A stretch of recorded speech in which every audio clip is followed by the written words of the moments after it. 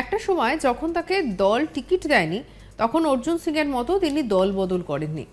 বলেছিলেন তিনি তৃণমূলের একনিষ্ঠ সদস্য, তিনি দল বদল করবেন না, কারণ মমতা বন্দ্যোপাধ্যায় তার জন্য অনেক কিছু করেছেন। কিন্তু সোমবার আরামবাগে সেই মমতার মঞ্চে তিনি ব্রাত্যই রয়ে গেলেন।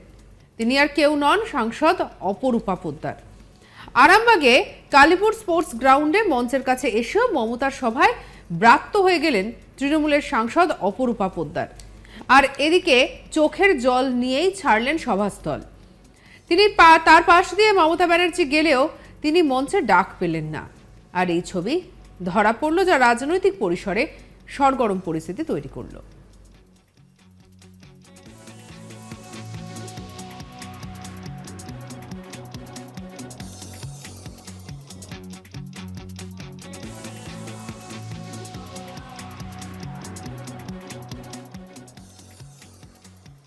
দলের একনিষ্ঠ সৈনিক অপরূপার সঙ্গে কথা বলা তো দূরের কথা, তার দিকে ঘুরেও তাকালেন না তৃণমূল সুপ্রিমো মমতা বন্দ্যোপাধ্যায়।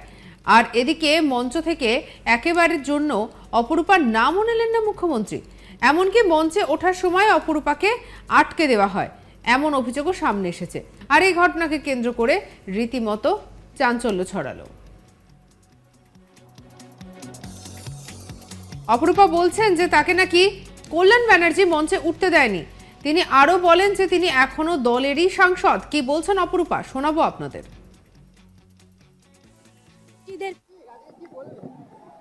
সব তো তুমি ক্যামেরাতে সব তো তুমি ক্যামেরা বন্দি করেছো। কল্যাণ ব্যানার্জি মঞ্চে উঠতে দেননি, উনি শিডিউল কাস্ট, দলিত, মাইনরিটিদের বিপক্ষে। আমি এখনো দলের এমপি, 2 টার্মের এমপি। আপনি কি বলবেন? মানে আপনি এখন বলার আমি বলে দিয়েছি। দিদি দিদি আপনি শুধু আরো কেউ আছে কি মনে করেন দিদি, কি মনে করেন?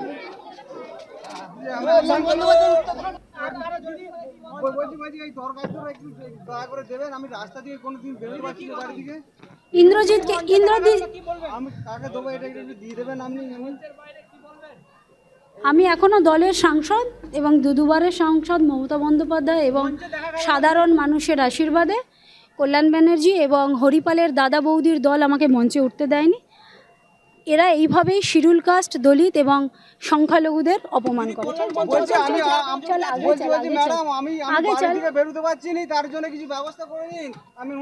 ডিস্ট্রিক্ট প্রেসিডেন্টকে দিয়ে দিন, ডিস্ট্রিক্ট প্রেসিডেন্টকে দিয়ে দিন বা স্বপনদাকে দিয়ে দিন। আমার যা দেব ডিস্ট্রিক্ট প্রেসিডেন্টকে দিয়ে দাও।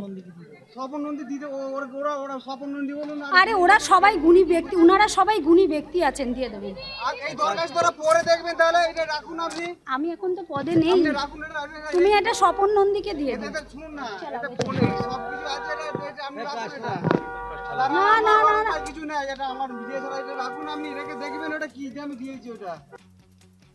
একে একে মঞ্চে আরামবাগ সাংগঠনিক জেলা তৃণমূলের ছোট বড় সবাইকেই দেখা গিয়েছিল, যেখানে ছিলেন রাজ্যের বিভিন্ন মন্ত্রীরা।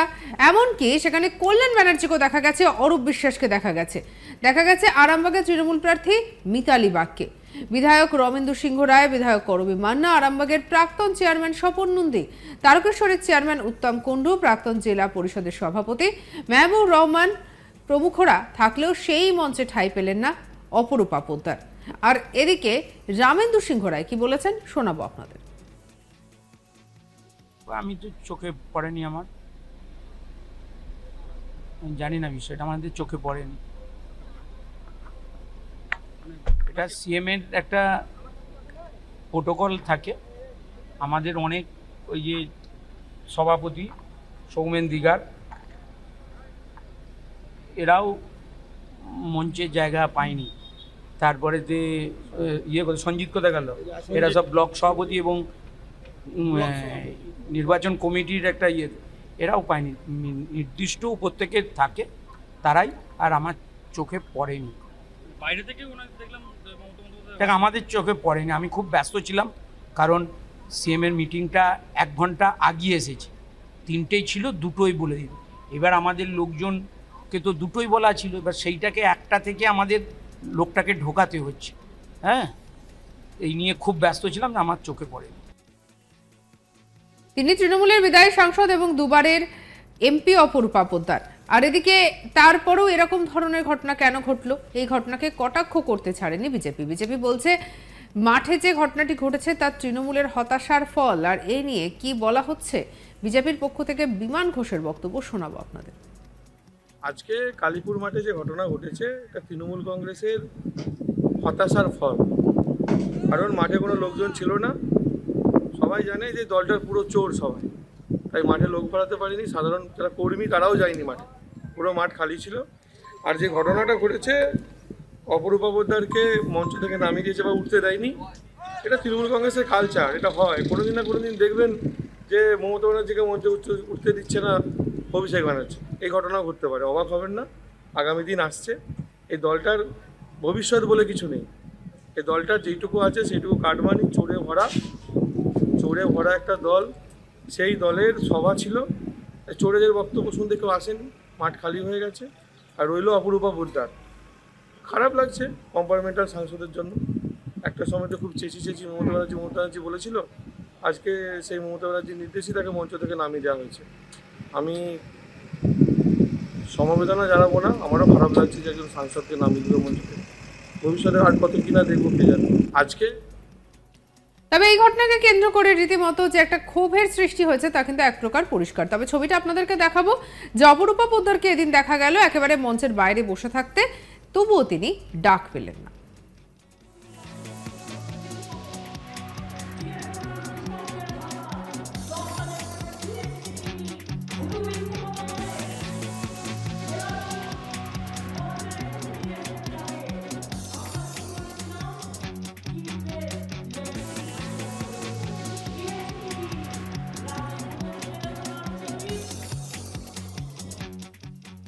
আর এদিকে অপরূপা পোদ্দারের কি বক্তব্য শোনাবো আপনাদের।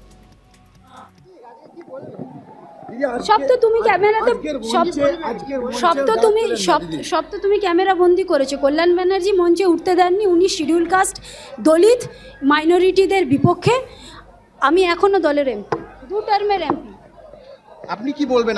মানে আপনি এখন বলার আমি বলে দিয়েছি। কি মনে করেন?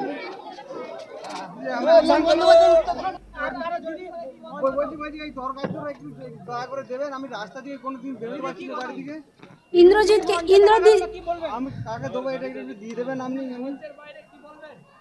আমি এখনো দলের সাংসদ এবং দুবারের সাংসদ মমতা বন্দ্যোপাধ্যায় এবং সাধারণ মানুষের আশীর্বাদে কল্যাণ ব্যানার্জি এবং হরিপালের দাদা বৌদির দল আমাকে মঞ্চে উঠতে দেয়নি।